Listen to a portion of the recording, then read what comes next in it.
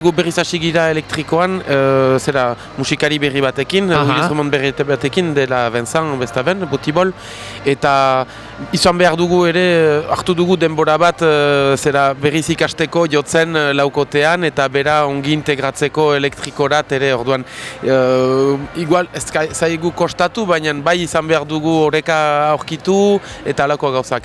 Gero giroa bada kriston gogoa jendeak, dira kontzertuak sekulan baino gehiago, ez, beti jotzen duzu eta behar denboran badituzu beste 5 edo 6 eta ongi, ni naiz painitzen hortaz, jende asko kejatzen da, ez, ni nahiago dut zaite 10 kontzertu, 2 baino, eta bada entzulegoa denentzat, eta ara, banatzen da. Nire uste jendeak kriston gogoarekin da, gu gogoa dugu ere, iduritzen zaitari garela ongi egiten lauak elgarrekin, Bekzu Willis Drummond beti izan gira 3, 4, 5, 4, 3, 4, eta azkenean nire ustez laukotea du oberen funtzionatzen. Mementuz, nire ustez dugun formato hori oso potentea da, errango nuke, ara. Nola erran duzu objektibitate osoarekin, ez?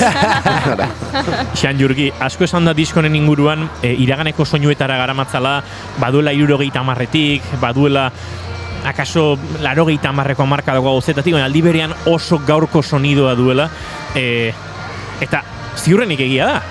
Ni bintzat ados nago analisi horrekin, nola lortzen da hori? Nola lortzen da egiazkotasun hori, iraganeko sonido hori, hain aktuala, hain gaur egunekoa bihurtzea? Hortan datza uste dut ekoiztearen lana, ez? Guk egin dugu grabatu disko zahar bat bezala, 70-garren hamarkada bezala zuzenean grabatu dugulako zuzenean eta oso momentuan. 70-garren hamarkadakoaren toke hori izango da gehiago gure influentziengatik eta beraz musikalki. Eta uste gero gauza modernoa bi gauzetatik etortzen dela, alde batetik Johannes Buffen produkzioa, beraz Felixen Anaia, ekoiztu duena diska, eta berak badaukalako produkzio bat nahiko modernoa edo brillantea ez dakit nola esan duri, benan bai naiz eta rokeroa izan badura zabait berezia. Eta gero oso garaikidea da, uste dut diskaren tematika eta letrak, ez? Eta hortan da ere diska bat oso 2022koa.